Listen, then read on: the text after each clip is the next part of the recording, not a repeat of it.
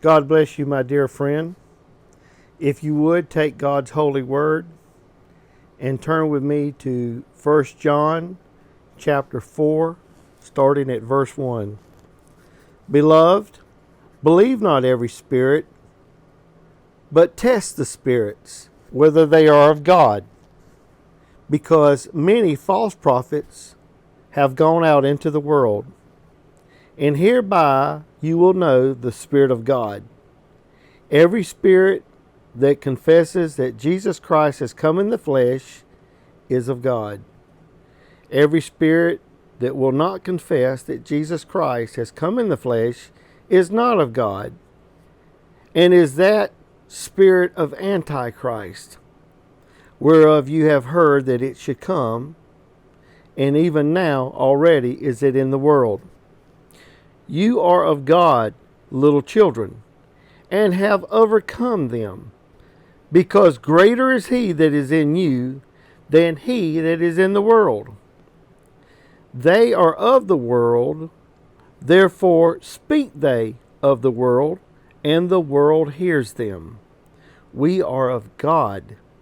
He that knows God hears us.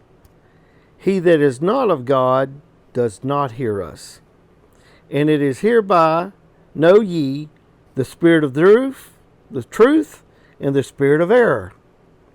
Beloved, let us love one another, because love is from God. And every one that loves has been born of God, and knows God. He that loves not does not know God, because God is love.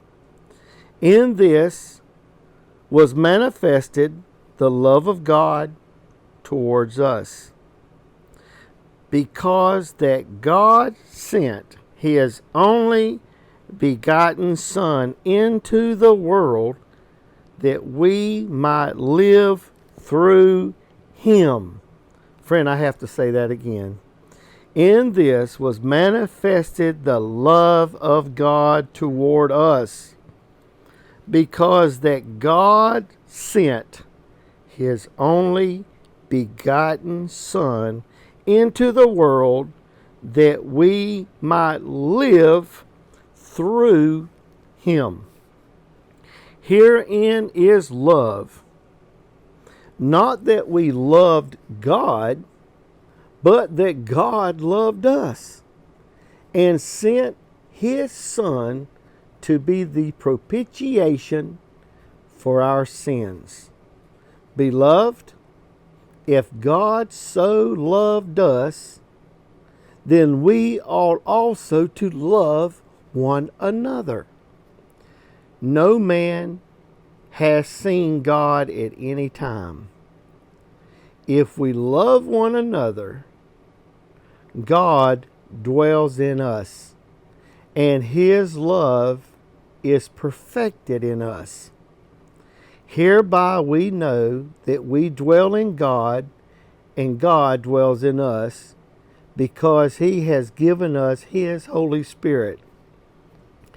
And we have seen and do testify that the Father sent the Son to be the Savior of the world.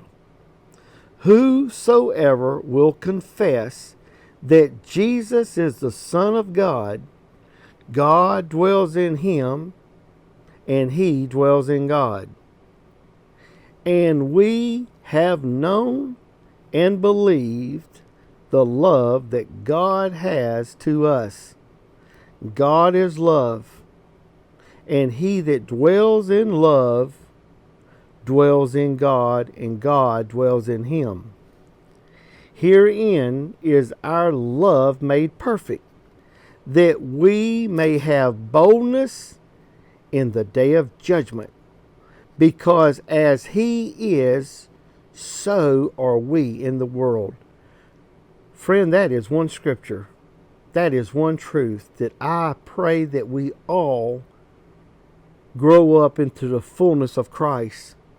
Verse 17 says, herein is our love made perfect, This is how our love can be made perfect, that we may have boldness in the day of judgment, because as Christ is, because that's who this scripture is referring to by John, so are we in this world. That's why we're left in this world, to be Christ-like, to be Christians, to point people to the Heavenly Father the same way that Jesus Christ taught and pointed to the Heavenly Father. There is no fear in love, but perfect love casts out fear, because fear has torment. He that fears is not made perfect in love. We love Him because He first loved us. If a man say, I love God, and hates his brother, he is a liar. For he that loves not his brother whom he has seen, how can he love God whom he has not seen?